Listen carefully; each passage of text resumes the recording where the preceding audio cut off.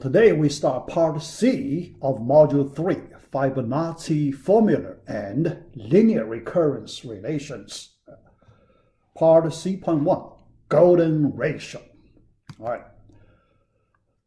right. First, let us look at what we are going to do here. We just solved the Fibonacci number problem from algorithm side. We use 3 different methods. But now we want to work from the math side. We want to find a math formula to represent Fibonacci numbers. We need to do a lot of work. It is not very easy. So when we start, we want to start with golden ratio, because this concept plays a very important role in the formula of Fibonacci numbers. First, let us look at the general definition of the golden ratio. Many of you heard of that, but probably quite some of you may not really know how to define it.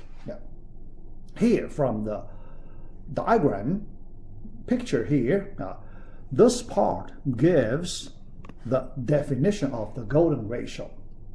But later I will use another simpler diagram to explain its definition.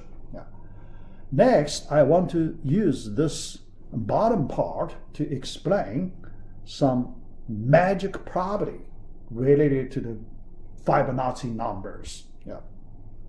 All right. First, so look at the square, not just square, a rectangle formed by a sequence of squares. But those squares, their sides use consecutive Fibonacci numbers. But when we start from F1, because F0 equals 0. So no square there. So our first visible square, F1. So you can see the first little square with the side 1. So we draw side 1 square. F2 also equals 1, right? F0 plus F1 is also 1. So another side 1 square. After that, F3 side 2. So we put another, the next square with F3 as its side.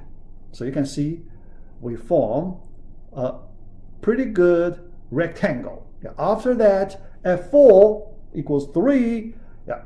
So we can align them seamlessly. And we keep growing, keep adding a new Fibonacci square. So let us call it Fibonacci square for simplicity. So we keep going. So you can see all these squares can be aligned in a perfect way to form nice rectangle. And grow. We can grow this rectangle bigger and bigger. All right.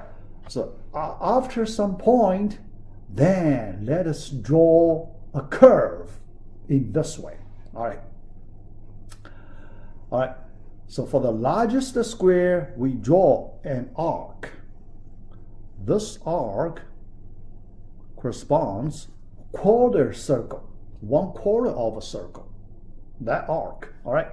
So then the next smaller square, we draw another arc covering, quarter circle, and so on. Keep doing things like that. All right. All right. So you can see, then if we use this way, we will get a pretty good spiral curve. Good looking spiral curve. And that spiral can be associated with painting. in this way. Yeah. So you can see the ratios generated by Fibonacci numbers can be associated with the painting of human figure in some kind of nice way. All right, yeah. All right, so that's the interesting property we may have from the Fibonacci numbers. Yeah.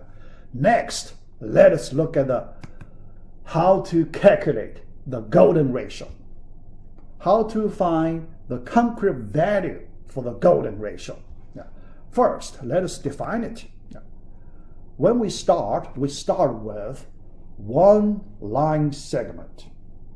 All right. Yeah. Then we chop it into two smaller line segments, one longer and the other one shorter. The longer one, we use A to represent its length. B, the length of the shorter one. All right. Yeah. Also, the whole line segment we can represent as A plus B. Yeah.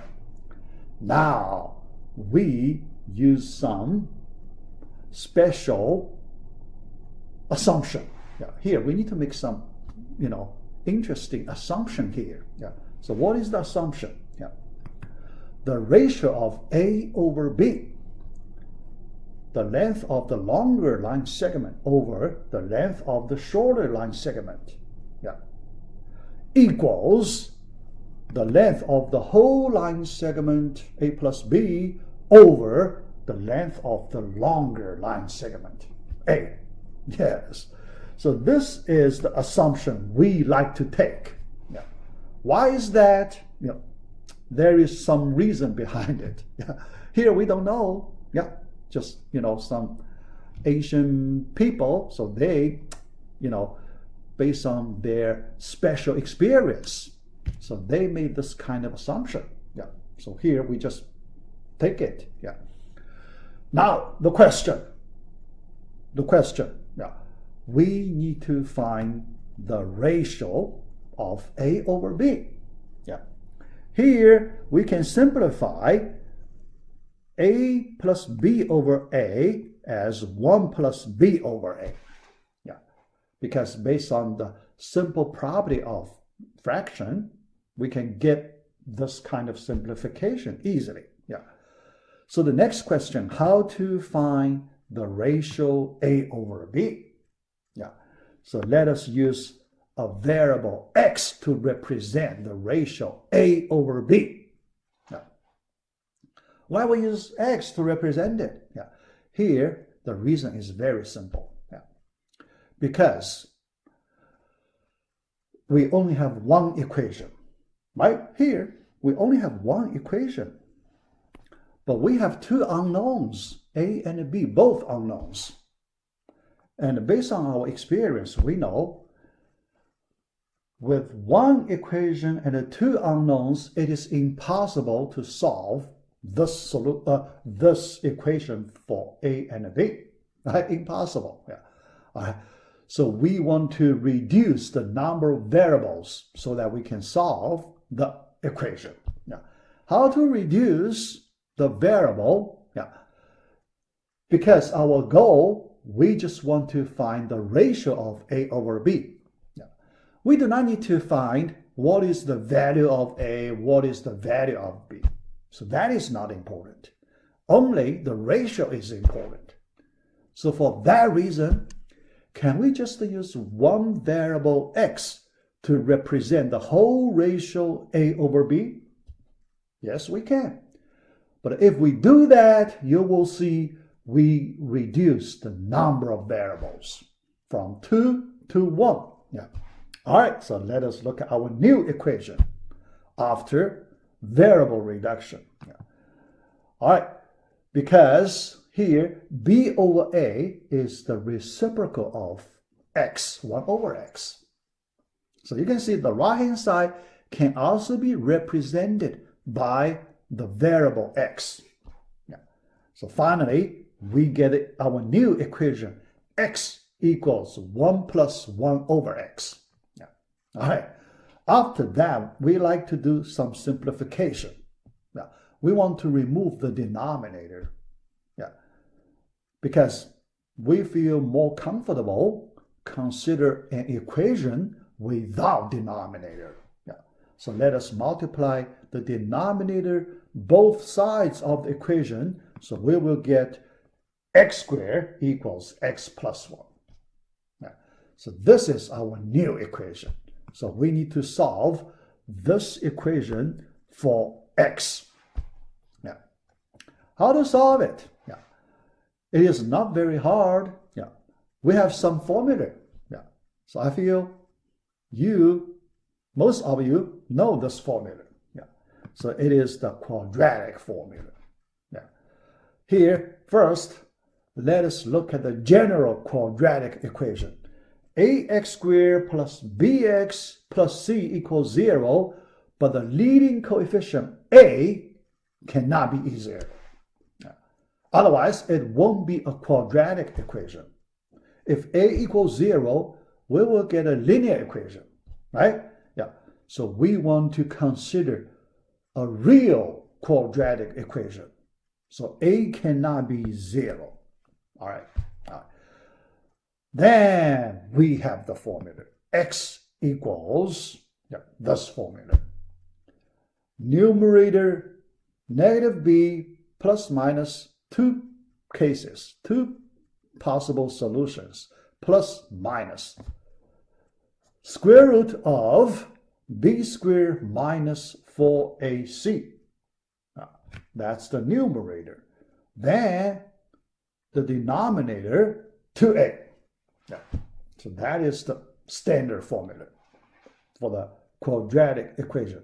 With that formula, now let us look at the solution of our current quadratic equation related to the golden ratio. Yeah. Let us put all the terms to the left-hand side. So it becomes x squared minus x minus 1 equals 0. All right. Then we are ready to apply the quadratic formula. Now, plug in a, b, c values. We will get x equals negative b, so it is 1 plus minus 2 possible cases, right? Root 5. Yeah, b squared minus 4ac root 5. Then the whole number, the whole value, over 2 denominator. Yeah. All right. Yep. Here there are 2 possible values, plus and minus. Yeah. But if you look at the minus case, 1 minus root 5, x will be a negative number, right? But if we go back to our golden ratio, it is the ratio of longer line segment over the shorter line segment. It cannot be negative, right? So we can easily, drop the negative possible value for the equation. Yeah. So we get an answer. The final answer, x equals 1 plus root 5, the whole thing, over 2. Yeah. If you want to calculate the value, with decimal representation, so approximately it will be 1.618. Yeah. But not exact, because you will have infinite number of digits after the decimal point. Yeah. But we do not need to get that, all those digits. Yeah. For convenience, because usually when we want to represent this representation, still we need to write, a lot of symbols, right? Yeah. So we like to use a special symbol to represent this golden ratio. Yeah.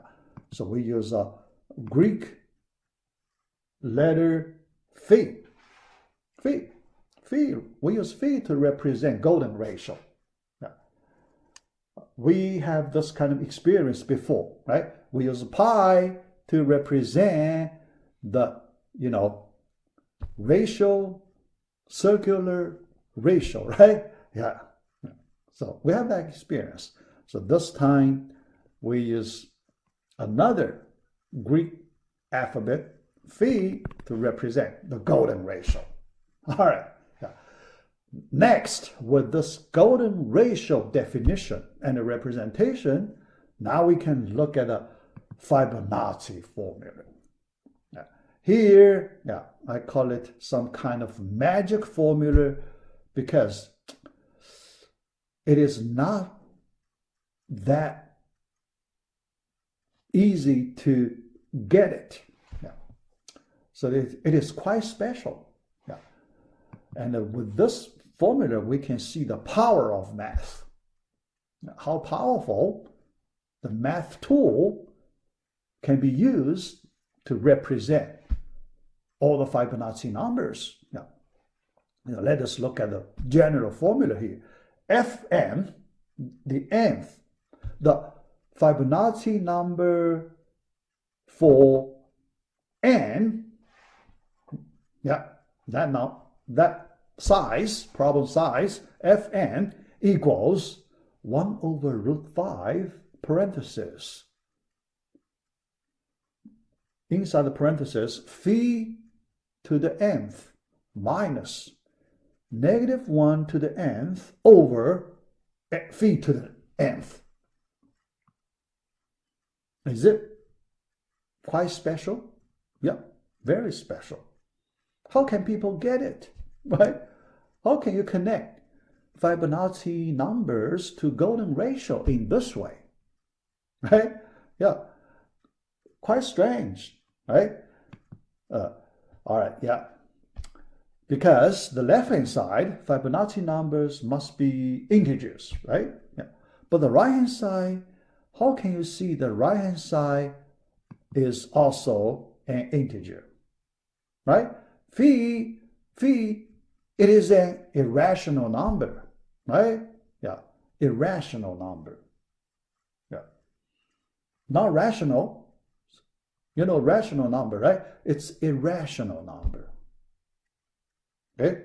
After the decimal point, there are infinite many digits without cycle.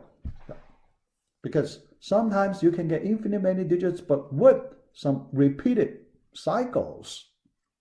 All right? So that's not irrational number. If you cannot find any repeated cycles in the decimal representation, that is the